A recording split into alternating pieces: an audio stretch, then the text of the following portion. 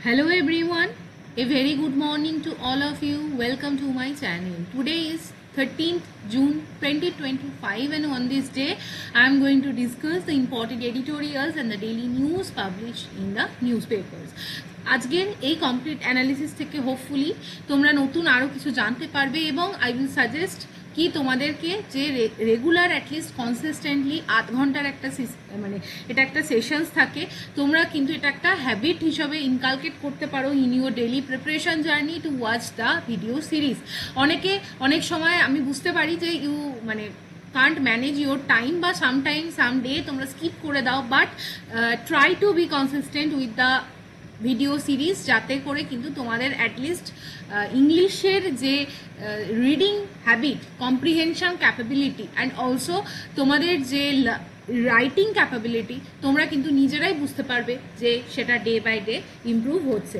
তাহলে আজকে দেরি না করে শুরু করা যাক আজকের এডিটোরিয়াল ডিসকাশনস এবং ডেইলি নিউজ। তো এই জায়গাটা শুরু করার আগে আমি তোমাদেরকে জাস্ট এই যে ফ্রন্ট পেজের যে পিকচার সেটা দিয়ে শুরু করব এবং সেই জায়গা থেকে দাঁড়িয়ে আমাদের গতকাল একটা খুব ডিসহার্টেনিং ইনসিডেন্ট হয়েছে এবং আমরা যদি দেখি ইতিহাসের পাতা থেকেও যদি আমরা বিশ্লেষণ করি, একটা মোস্ট ট্র্যাজিক ইনসিডেন্ট গতকাল হয়েছে। এয়ার ইন্ডিয়ার ফ্লাইট AI-171 মানে ক্র্যাশ হয়ে গেছে এবং সেই ক্র্যাশটা কিন্তু এত এক্সাক্ট এবং তার exact cause of the crash সেটাও কিন্তু এখন বোঝা যাচ্ছে না আনটিল অ্যান্ড আনলেস আমরা ফার্দার ইনকোয়ারি করতে পারবো। ফ্লাইটটা কোথা থেকে কোথায় যাচ্ছিল? গুজরাট থেকে টেক অফ করেছিল এবং এই ফ্লাইটটা যাওয়ার কথা ছিল কিন্তু লন্ডন, এবং এই সময়ের মধ্যে কিন্তু দেখা যায় 230 প্যাসেঞ্জার্স ছিল এবং আমরা যদি বলি ক্রু মেম্বার্স ছিল প্রায় 12 জন, সব শুদ্ধ কিন্তু পুরো ফ্লাইটটা ক্র্যাশ করে যায় এবং সেটা কিন্তু একটা কোথায় ক্র্যাশ করে? একটা মেডিকেল কলেজের হোস্টেল ইনফ্রাস্ট্রাকচারের ওপর গিয়ে পড়ে এবং সেখানেও কিন্তু প্রচুর আহত এবং ইনজুরি হয়। সেই জায়গায় দাঁড়িয়ে বলা হয় যে একজন প্যাসেঞ্জার কিন্তু মিরাকিউলাসলি সার্ভাইভ করে গেছে এবং বাকি অলমোস্ট কাউকেই বাঁচানো সম্ভব হয়নি। This is the picture. এবং আমরা যদি এই সাইডে রাইট হ্যান্ড সাইডের নিউজ দেখি, আমাদের গুজরাটের প্রাক্তন চিফ মিনিস্টার বিজয় রূপানি স্যার এই ফ্লাইটে যাত্রা করছিলেন, তিনিও আনফর্চুনেটলি এই যে এয়ার ক্র্যাশে মারা যান। এবং সেই জায়গা থেকে দাঁড়িয়ে আমরা যদি দেখি বিজয় রূপানি স্যারের পলিটিক্যাল যে কেরিয়ার সেখানে কিন্তু he served as the chief minister of the Gujarat between 2016 to 2021 in 2 terms, অর্থাৎ তিনি দুবার এখানে কিন্তু চিফ মিনিস্টার হিসাবে তার কন্ট্রিবিউশন রেখেছিলেন in the political domain. Next পরের যে নিউজ সেটা আমরা চলে আসছি, সেটা হচ্ছে রিটেল ইনফ্লেশন ইজেস টু 6 ইয়ার্স লো। আমরা আমাদের যে কান্ট্রির যে রিটেল ইনফ্লেশন পার্টিকুলারলি ফুড প্রাইসের যদি আমরা দেখি, সেই জায়গায় দাঁড়িয়ে ফুড প্রাইস কিন্তু স্লো ডাউন হয়েছে এবং সেই জায়গায় দাঁড়িয়ে 2.8% এসছে on the month of April 2025। It is actually showing that Indian market is growing along with that inflation at the retail market level it is now at a stable situation. তো সেখান থেকে দেখো ইন্ডিয়ার যে রিটেল ইনফ্লেশন সেটা কিন্তু 75 month পর 75 মান্থের যে লো সেই নাম্বারে এসছে 2.8%। এইখান থেকে দাঁড়িয়ে ইকোনমিক্সটা কিন্তু প্রেডিক্ট করছেন যে সাবস্ট্যান্সিয়াল ইজিং হয়েছে ইনফ্লেশনে এবং তার জন্য আরবিআই এর যে রিসেন্ট আমরা যদি দেখি ইন্টারেস্ট রেট কাট ডাউন করেছে, repo rate, cash reserve ratio, CRR এগুলোই কিন্তু কাট ডাউন করা হয়েছে এবং সেগুলো কিন্তু ফার্দার আমাদের এনহান্স করবে কি economic growth in the country and also maintaining the retail inflation and also the overall inflation in the economy at a marginal level. Okay, next very important news from the one liner current affairs also, India কিন্তু relatively drop হয়েছে in the gender parity. গতকাল world economic ফোরামের পক্ষ থেকে একটা report publish হয়েছে, the report is global gender gap report 2025 that actually ranked India 131। তাহলে এইখান থেকে কোয়েশ্চেন হলো জেন্ডার গ্যাপ ইন্ডেক্সে ইন্ডিয়ার র্যাঙ্ক কত, সেই র্যাঙ্কটা হচ্ছে 131 আউট অফ 148 কান্ট্রিজ, এবং সেখান থেকে দাঁড়িয়ে প্যারিটি স্কোর কত আসছে, মানে অর্থাৎ জেন্ডারের যে সমতা সেটা আসছে 64.1%। এই জায়গায় দাঁড়িয়ে যে রিপোর্টটা রিলিজ হয়েছে সেখানে কিন্তু ইন্ডিয়াকে one of the lowest rank country হিসাবে সাউথ এশিয়াতে কিন্তু প্লেস করা হয়েছে, এবং ইন্ডিয়া কিন্তু আগের যে লাস্ট ইয়ারের যে রিপোর্ট ছিল সেই জায়গায় 146 কান্ট্রিজের মধ্যে ইন্ডিয়ার র্যাঙ্ক ছিল 129। এখানে যে বিগেস্ট পারফর্মার হিসেবে সাউথ এশিয়া কান্ট্রি থেকে সামনে এসছে সেটি হলো বাংলাদেশ। বাংলাদেশের কিন্তু র্যাঙ্ক অনেক ইমপ্রুভ হয়েছে, এবং Bangladesh has worked in the domain to bring the gender parity. কোন কোন ডোমেনের মধ্যে কাজ করেছে? মেনলি পলিটিক্যাল এম্পাওয়ারমেন্ট এবং ইকোনমিক পার্টিসিপেশন। অর্থাৎ বাংলাদেশে যে পলিটিক্যাল এম্পাওয়ারমেন্ট, উইমেনদের এবং ইকোনমিক পার্টিসিপেশন, এইটা কিন্তু ইনক্রিজ হয়েছে, এবং that is resulted in the number, বা আমরা যদি পজিশন দেখি বাংলাদেশের in the global gender gap report. এখানে আমরা যদি ইন্ডিয়াকেও দেখি, ইন্ডিয়া কিন্তু রেকর্ড করেছে higher parity in the health sector এবং সার্ভাইভাল সেক্টর। এছাড়া ড্রিভেন এই হেলথ সেক্টরে এই ইমপ্রুভমেন্টের কারণ কি? মেনলি কিন্তু আমরা দেখতে পাচ্ছি যে সেক্স রেশিও ইমপ্রুভ হয়েছে সেক্স রেশিও অ্যাট বার্থ। এছাড়া হেলদি লাইফ এক্সপেক্টেন্সিও কিন্তু বেড়েছে। অর্থাৎ এইগুলো কিন্তু হেলথ প্যারামিটার, এবং হেলথ প্যারামিটারের মাধ্যমে আমরা জেন্ডার প্যারিটিকে কিন্তু বুঝতে পারছি it is improving day by day. Next আমরা চলে আসবো পরবর্তী যে নিউজ, সেটা হচ্ছে আমরা একদম ডিরেক্ট এডিটোরিয়ালে চলে আসবো, এবং এডিটোরিয়াল থেকে দেখবো যে এডিটোরিয়ালে কি কি আলোচ্য বিষয় আজকে আমাদের আছে। এডিটোরিয়ালে যাওয়ার আগে just look at the picture. This is a beautiful picture regarding the bridge. এই ব্রিজটার রিসেন্টলি জম্মু কাশ্মীরে ইনাগোরেট করা হয়েছে। ব্রিজটার নাম কি? আঞ্জি ব্রিজ। পরীক্ষায় কোয়েশ্চেন্স আসতে পারে। ব্রিজটার নাম হচ্ছে আঞ্জি ব্রিজ, এবং এটা কিন্তু mainly first cable state railway bridge in India, এবং সেইটার জায়গা থেকে দাঁড়িয়ে এটা কিন্তু উধামপুর, শ্রীনগর, বারামুল্লা রেল লিঙ্ক এর একটা পার্ট। এটা কানেক্ট করেছে ওভার দ্য চেনাব রিভার, এবং তার মাধ্যমে জম্মু এবং কাশ্মীরের যে connectivity that has been increase significantly, এবং এটা ওয়ার্ল্ডের হাইয়েস্ট রেলওয়ে যে টানেল এবং কেবল স্টেট যে রেলওয়ে ব্রিজ, তার মধ্যে কিন্তু এই ব্রিজের নাম আসবে। মুভিং অ্যাহেড, আমরা জাস্ট এবার এডিটোরিয়ালটা দেখে নেব। আচ্ছা, তোমরা যদি কেউ এই এডিটোরিয়ালটা ডিটেলসে পড়তে চাও, this is written by railway minister Ashwini Vaishnaw sir.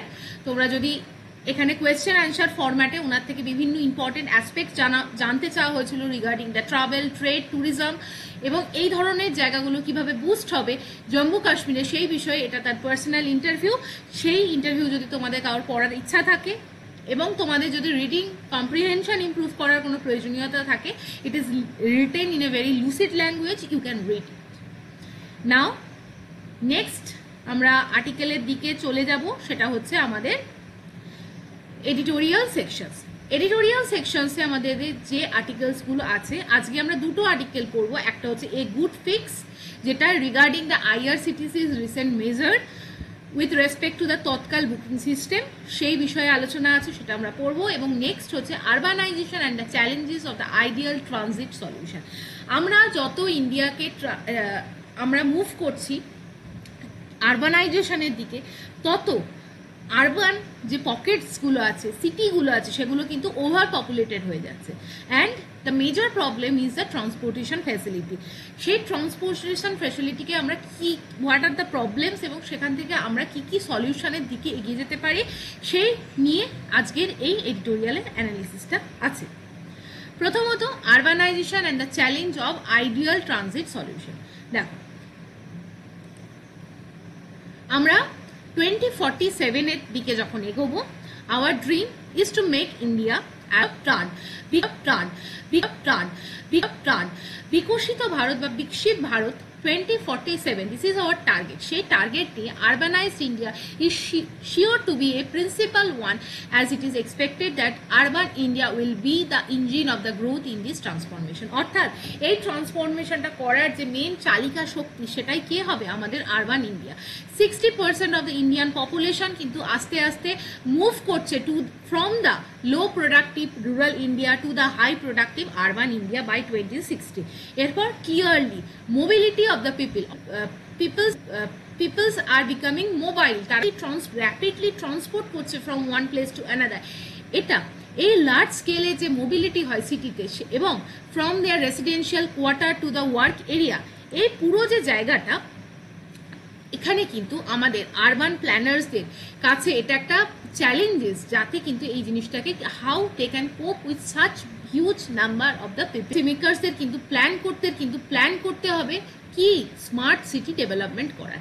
আমরা যদি চায়নাকে দেখি, China is highly developed in this domain, but unlike China আমাদের কাছে কিন্তু আমরা দেখছি কি প্রবলেম ইন্ডিয়াতে আছে, এমার্জিং স্মার্ট সিটি কিন্তু অনেক কম নাম্বারে আসছে, অর্থাৎ আরবান ক্লাস্টার্স বাড়ছে, সিটি বাড়ছে, কিন্তু সেই সিটিগুলো সাস্টেনেবল সিটি না, they are not smart cities. In contrast metro existing tier 1 সিটিজে যেগুলো এক্সপ্যান্ড করছে, সেগুলো কিন্তু সেখানে কিন্তু there are lots and lots of challenges that should be addressed by the policy makers, এবং সেটাই কিন্তু তবে আমাদের যে ডিম্যান্ড আছে আরবান মোবিলিটি ডিম্যান্ড, সেই ট্রান্সপোর্টেশন সেক্টর তবেই কিন্তু সেটাকে ফুলফিল করতে পারবে।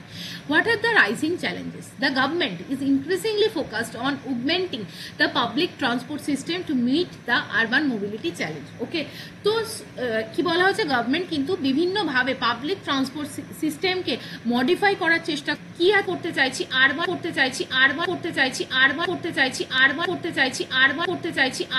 চাইছি, আরবান বাস ট্রান্সপোর্টেশন সিস্টেম। প্রথম যে ডোমেনটার উপর কথা বলা হচ্ছে সেটা হচ্ছে বাস সার্ভিস। তাহলে এই বাস সার্ভিসকে আমরা কি করে বাড়াবো? বলা হচ্ছে সেখানে পিএম অর্থাৎ prime minister electric drive revolution in the innovative vehicle enhancement programme আছে, PM E drive programme introduce করা হয়েছে, যেটা কিন্তু বিভিন্নভাবে প্রকিউরমেন্ট করছে ই বাস, অর্থাৎ ইলেকট্রিক বাসেস চালানো হচ্ছে, ই রিক্সা, ই ট্রাক, ই অ্যাম্বুলেন্স, এবং সেগুলো একটা হিউজ এস্টিমেটেড কস্ট তার পেছনে আছে। বলা হচ্ছে রিকোয়ারমেন্ট অর্থাৎ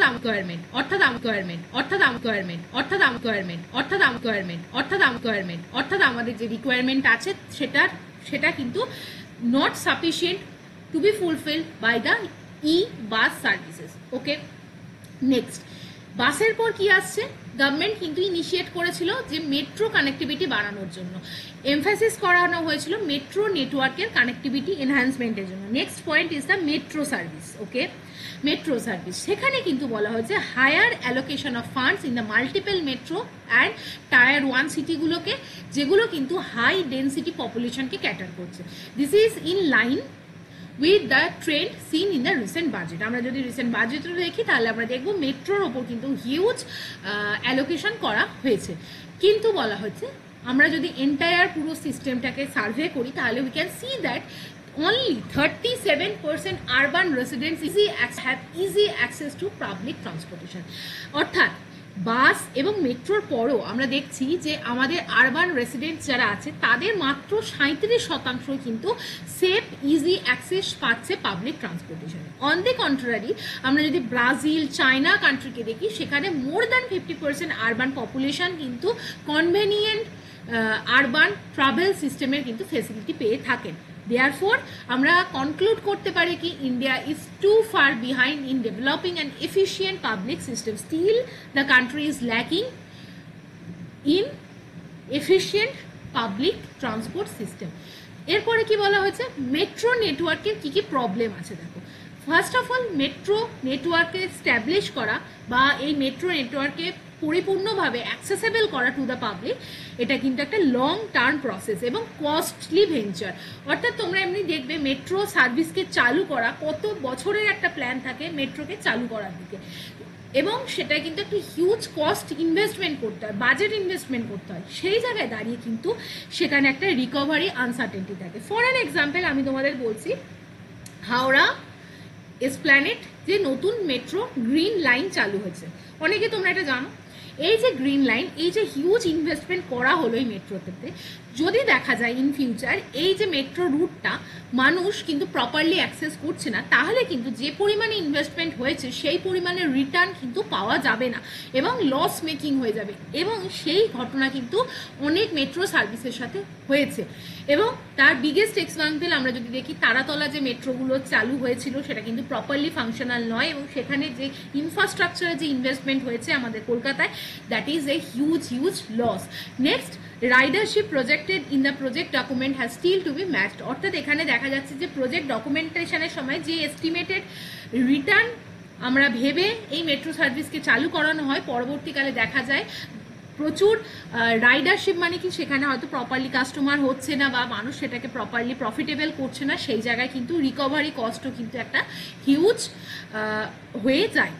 নেক্সট দেখা যায় যে অনেক সময় ফেয়ার প্রাইস বাড়িয়েও দেওয়া হয় যদি, অর্থাৎ দেখা যাচ্ছে যে জিনিসটাকে প্রফিটেবল বানানোর জন্য মেট্রোর যে কস্ট সেইখানে কিন্তু বাড়ানো হচ্ছে, সেখানে সেই টাকা মেট্রোর যে টিকিট সেই টিকিট যদি বাড়িয়ে দেওয়া হয় তার দাম, তখন দেখা যায় যে সেখানে কিন্তু ফল ইন দ্য ফুটফলস, মানে অর্থাৎ আরও কিন্তু জনসংখ্যা কম ট্রাভেল করছে, এই ধরনের এভিডেন্স দেখা যায়।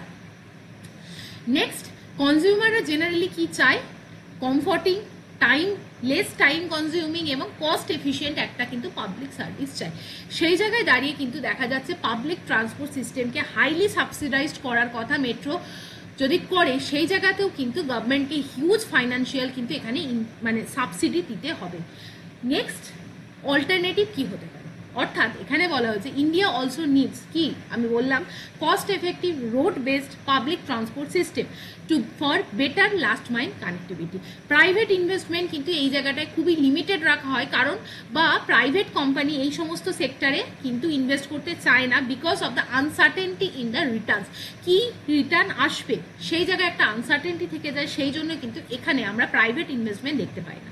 গভর্নমেন্ট অফ ইন্ডিয়া বা যে কোনো গভর্নমেন্ট কিন্তু ফান্ডিং দেয় শিফট করার জন্য কি, from CNG to more expensive e buses, কিন্তু এই ধরনের ই বাসগুলোকে কিন্তু দেখা যায় যে কমফোর্টেবল বানানোর জন্য ইকোনমিক্যালি ভায়েবল বানানোর জন্য সেখানেও কিন্তু কিছুটা প্রবলেম রয়ে যাচ্ছে।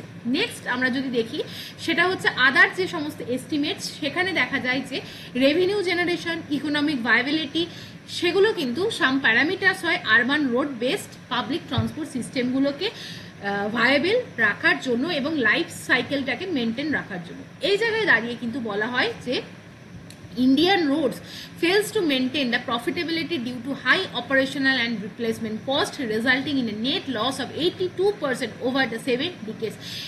ই-বাস সার্ভিস বা মেট্রো দিয়ে কিন্তু আলটিমেটলি আমরা দেখা যাচ্ছে বা লেখক দেখাতে চেয়েছেন এভিডেন্স বেস স্টাডি আছে যে পাবলিক ট্রান্সপোর্ট সিস্টেম বা আরবান যে নিড আছে সেটাকে কিন্তু আমরা ক্যাটার করতে পারি না। এই এডিটোরিয়ালের সর্বশেষে একটা অল্টারনেটিভের কথা বলা হয়েছে এবং সেই অল্টারনেটিভ লিখতে গিয়ে I am very much surprised কি তিনি কিন্তু কলকাতার যে হিস্টোরিক ট্রামের কথা উল্লেখ করেছেন এবং তিনি বলেছেন যে ট্রাম সার্ভিস কিন্তু একটা খুব ভায়াবল অল্টারনেটিভ হতে পারে টু মিট দ্য নিড, এবং ক্লাইমেট চেঞ্জের সাথেও এটা কিন্তু খুব একটা সাস্টেনেবল অপশন। লাস্ট এখানে বলা হয়েছে the planned introduction of trams in the কোচিতেও কিন্তু রিসেন্টলি দেখা গেছে ট্রামের ইন্ট্রোডাকশন করা হয়েছে, could mark a game changing movement in the ইন্ডিয়ার urban mobility story. Reviving our past is not just a nostalgic choice of what Kolkata thinks. It is a smart and timely move toward a more sustainable and financially viable transport system. So এতগুলো যে problem আছে সেই জায়গা থেকে উনি বলেছেন যে urban সিস্টেমকে মিট করানোর জন্য ই বাসও সবসময় প্রফিটেবল হয় না, মেট্রো সবসময় প্রফিটেবল হয় না, কারণ মেট্রোর সাথে হিউজ ইনফ্রাস্ট্রাকচারাল কস্ট থাকে, হিউজ আনসার্টেনটি জড়িয়ে থাকে। কিন্তু বলা হচ্ছে যদি আমরা আমাদের হিস্টোরিক যে নস্টালজিক যে চয়েস, কলকাতার যে নস্টালজিক ট্রাম, সেই ট্রামকে রিসেন্টলি কোচিতে সাকসেসফুলি ইমপ্লিমেন্ট করা গেছে, মানে ইন্ট্রোডিউস করা গেছে। সো উই ক্যান মানে আমরা কিন্তু এই জায়গাটায় ট্রামকে ট্রাম সার্ভিসকে কিন্তু ইউজ করতে পারি। So this is the entire thing written in the editorial. তোমরা আশা করি বুঝতে পেরেছো, ঠিক? এরপরে আমরা চলে আসছি পরের এডিটোরিয়ালে, সেটা হচ্ছে দিস ইজ দ্য এডিটোরিয়াল। আমরা জাস্ট এটাকে ইংলিশ রিডিং পয়েন্ট অফ ভিউতে পড়বো, খুব বেশি কারেন্ট অ্যাফেয়ার্স পয়েন্ট অফ ভিউতে এখান থেকে জানার কিছু জায়গা নেই। রিগার্ডিং দ্য আইআরসিটিসিস রিসেন্ট মুভ, ঠিক? এক মিনিট। A good fix কি বলা হয়েছে, measures two carb agent boat booking on the IRCTC will benefit passengers. Recently ticketing system যেটা আইআরসিটিসির তরফ থেকে চলে, সেখানে কিন্তু যেটা ইন্ডিয়ার একটা most widely used commerce platform, সেখানে কিন্তু কিছু চেঞ্জ ইন্ডিয়ান রেলওয়ের তরফ থেকে গতকাল প্রপোজ করা হয়েছে। বলা হয়েছে ক্রোর্স অফ ইন্ডিয়ান যে রেল কমিউটার্স এবং প্যাসেঞ্জার্স তারা কিন্তু তাদের টিকিট অনলাইনে যে বুক করেন সেটা কিন্তু আইআরসিটিসির অ্যাপ্লিকেশন থেকেই করা হয় এবং সেখানে কিন্তু এটা একটা ইম্পারেটিভ সিস্টেম যেটাকে কিন্তু ইউজ করতে হয় রেলওয়েতে ট্রাভেল করার জন্য। নাও আইআরসিটিসির যে ক্যাপাসিটি সেটা হচ্ছে হিউজ, প্রায় 60 সেকেন্ডে প্রায় 31,000-এর মতো টিকিট বিক্রি হয় আইআরসিটিসির প্ল্যাটফর্মে। ইয়েট এই যে popular e ticketing system platform সেখানে যে সেকশন তৎকাল বুকিং পার্ট সেখানে কিন্তু it is plagued by some issues কি এক্সট্রিমলি হাই ডিম্যান্ড আছে during the peak hours, particularly during the designated Tatkal booking window period often leads to crashes and slow performance. কি হয় তৎকাল booking সিস্টেমে দেখা যায় এই যে সফটওয়্যার মাঝে মাঝে হ্যাং করে যায়, ক্র্যাশ ডাউন হয়ে যায় এবং স্লো পারফরমেন্স হয় in the window side operation. So এখানে কিছু অপারেশনাল হ্যাজার্ডস আছে। এছাড়া মেজর কনসার্নস কি হয় এই সিস্টেমটাকে এক্সপ্লয়েট করেন টিকিট বুকিং এজেন্টসরা যারা আনফেয়ার অটোমেটেড টুলস ইউজ করেন এবং দেখবে তৎকাল বুকিংটা অনেক সময় দেখা যায় তৎকালে টিকিটই পাওয়া যায় না, এজেন্ট দিয়ে সেই টিকিট কাটাতে হয় কারণ এজেন্টরা কিন্তু আনফেয়ার কিছু সফটওয়্যার অটোমেটেড টুলসের মাধ্যমে কিন্তু মানে টাইমের আগেই স্লট বুক করে রাখেন এবং যে মুহূর্তে টাইম খোলে সেখানে কিন্তু তারা বাল্ক অ্যামাউন্ট টিকিট কেটে নেয়। এই সিস্টেমকে কিন্তু বলা হয় বোর্ড সিস্টেম। ঠিক, এটা কিন্তু কি করে leading to rapidly dwindling ticket availability, অর্থাৎ টিকিট আর অ্যাভেলেবেল থাকেই না টু দ্য কমন প্যাসেঞ্জার্স। এই এতগুলো ইস্যুর জন্য আইআরসিটিসি কিন্তু রিসেন্টলি দুটো মেজর স্টেপস নিয়েছে। কি স্টেপ? ফার্স্ট কিন্তু বলা হয়েছে digital overall the ticketing infrastructure using anti board system, এখানে কিন্তু প্রিভেন্ট করা এমন একটা সিস্টেম আনা হচ্ছে যেটা কিন্তু প্রিভেন্ট করবে আনঅথরাইজড অটোমেটেড বুকিংকে। নেক্সট আরও একটা কি করা হয়েছে, আধার ম্যান্ডেটেড ভেরিফিকেশন করা হয়েছে এবং আধার দিয়ে ভেরিফিকেশন করতে হবে, ওটিপি বেসড ভেরিফিকেশন করতে হবে, তবেই কিন্তু টিকিট কাটা যাবে আইআরসিটিসির প্ল্যাটফর্মে। নেক্সট যেটা বলা হয়েছে আইআরসিটিসি, হ্যাঁ এটা বলা হলো। নেক্সট তৎকাল টিকিটের জন্য ফার্স্ট 30 মিনিটস কিন্তু বুকিং যে উইন্ডো পিরিয়ড সেটা কিন্তু অথরাইজড এজেন্টদের কিন্তু সেখানে অ্যাক্সেস দেওয়া হবে না, দেয়ারফর কমন পিপলরা কিন্তু সেখানে একটা অ্যাক্সেস পাবে। নেক্সট আরও একটা জায়গার উপর হাইলাইট করা হয়েছে যে এই যে প্রসিডিওর এটা কিন্তু কি আনবে, প্রোভাইড করবে equitable chances for the passengers to travel. Next বলা হয়েছে this will bring relief to the passengers. Now last slide এ বলা হয়েছে এই যে টিকিটিং ফিক্স করার যে issue it is the important one, but বলা হয়েছে যে while the ticketing fixes are important, that true test for the Indian Railways will be its ability to move beyond just technical and administrative solution and undertake a fundamental expansion of its services to serve India's large passengers. কি বলা হয়েছে এটা ছাড়া এটার পাশাপাশি Indian railway is also facing some problems, সেই জায়গাগুলো technical যে ফেসিলিটি, অ্যাডমিনিস্ট্রেটিভ সলিউশন এবং ফান্ডামেন্টাল এক্সপানশন করতে হবে ইন্ডিয়ান যে রেলওয়ে সিস্টেমটাকে, যাতে কিন্তু ইন্ডিয়ার যে রেলওয়ে সিস্টেম তার প্যাসেঞ্জারের ডিম্যান্ডকে কিন্তু ফুলফিল করতে পারে। কি fulfil the travel demand, ensuring safety and enhancing it's facility. এগুলো হলেই কিন্তু রেলকে আরও প্যাসেঞ্জার ফ্রেন্ডলি আমরা করে তুলতে পারবো। In a way meaningful expansion to meet the demand will also obviate the need for reworking technological solution yet again in the future. তাহলে hopefully এই এডিটোরিয়ালটা বুঝতে পারলে, ইজি ল্যাঙ্গুয়েজে লেখা ছিল, এমন কিছু important from the current affairs ছিল না, but if you want to improve your reading and the comprehensive capability, just go through the news articles. Last আমি আর একটা জায়গা পিকচার দেখাতে চাই। Last this is the picture, দেখো এটা পার্টিকুলারলি একটা ফার্মিংকে সিগনিফাই করছে, ঠিক আছে? এই এক মিনিট, ইয়েস, এটা কোচি কেরালাতে পার্টিকুলারলি ভাড়াফুজা বলে একটা জায়গায় একটা দেখা যাচ্ছে এই জলটাকে ক্লিয়ার করা হচ্ছে। এবং এই ফিল্ডটাকে কিন্তু পার্টিকুলারলি প্রিপেয়ার করা হচ্ছে for the further cultivation of a particular type of কি রাইস। সেই রাইসের ভ্যারাইটিটা হচ্ছে পোকালি ভ্যারাইটি রাইস। এটা কিন্তু কি স্যালাইন টলারেন্ট রাইস ভ্যারাইটি, যেটা মনসুন সেশনে অনসেট অফ দ্য মনসুনে এর বীজকে বপন করা হয় এবং এই জলে একই সাথে সাইমালটেনিয়াসলি প্রন কাল্টিভেশন করা হয়। So this is an important thing, তোমরা জাস্ট এই নামটা মনে রাখতে পারো। So this is the end of the editorial. আজকের ক্লাসটা কেমন লাগলো অবশ্যই জানিও। আজকের এডিটোরিয়ালে খুব বেশি ডিটেলস বা আরও ফার্দার এডিটোরিয়ালস ছিল না আমাদের এক্সাম পার্সপেক্টিভে, তাই আজকের এডিটোরিয়াল ডিসকাশনটাকে আমি ছোটো রাখলাম। লাইক করো, শেয়ার করো, প্লিজ সাবস্ক্রাইব করো, তো আরও বন্ধুদের সাথে শেয়ার করো, বিকজ আমি কিছুদিন ধরে দেখছি there is a stagnation in the view. তো তোমরা পারলে রেকমেন্ড করতে পারো উইথ ইউর ফ্রেন্ডস যারা এই চাকরির প্রিপারেশন নিচ্ছে। টেলিগ্রাম জয়েন করো, এটা হচ্ছে কিউআর কোড, পিডিএফ ডাউনলোড করার জন্য টেলিগ্রামের যে লিঙ্ক ডেসক্রিপশন বক্স থেকে কালেক্ট করে নিও। সো আজকের মতো এইটুখানি। Thank you for watching. ভালো থেকো, সুস্থ থেকো এবং তোমাদের প্রিপারেশনকে কন্টিনিউ করো। With this note I am bringing this class to the and.